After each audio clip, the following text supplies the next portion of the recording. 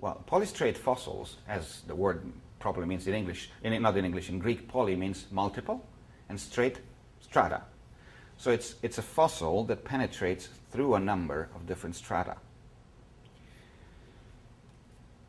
The standard cases are trees, which would penetrate, I think the biggest recorded was over 30 feet, going through sediments. And you can see clearly the layers. Now, before those trees were found, it was believed that every layer needed hundreds of thousands, maybe millions of years to be laid down. Once you find them, there's no way you can accept that a tree was standing for millions of years patiently waiting to be buried.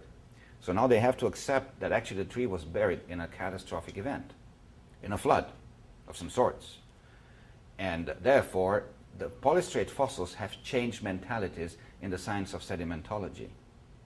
They were forced, because of them, to admit eventually, because initially they were found just in a few locations, so they thought those were local little things, but as time goes by, there's more polistrate fossils found almost everywhere around the world.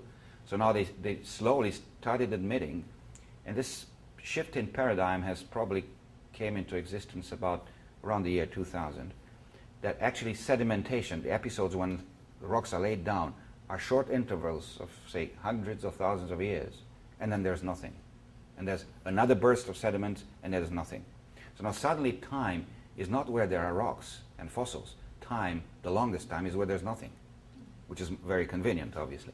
But polistrate fossils essentially teach us that catastrophic flood events are frequent. And you can, although I said that trees are the most characteristic thing, but if you go, for example, in Alberta, to the Badlands there around Drumheller, there is a bone bed in there in Alberta, which is a whole layer formed only by dinosaur bones, essentially ceratopsians. And now they all accept that the story goes like this. They've been first killed in a flood as they were trying to cross a river, and later on they were washed away and mass packed together in some other place. But the thing is, you find similar layers around the world, so were there flash floodings everywhere at the same time around the world? But those are also polistrate, because some of the bones would penetrate a number of different thinner layers. And they all show essentially that the whole pack of layers have been deposited fast, very quickly. So now the idea of slowly depositing layers is kind of extinct.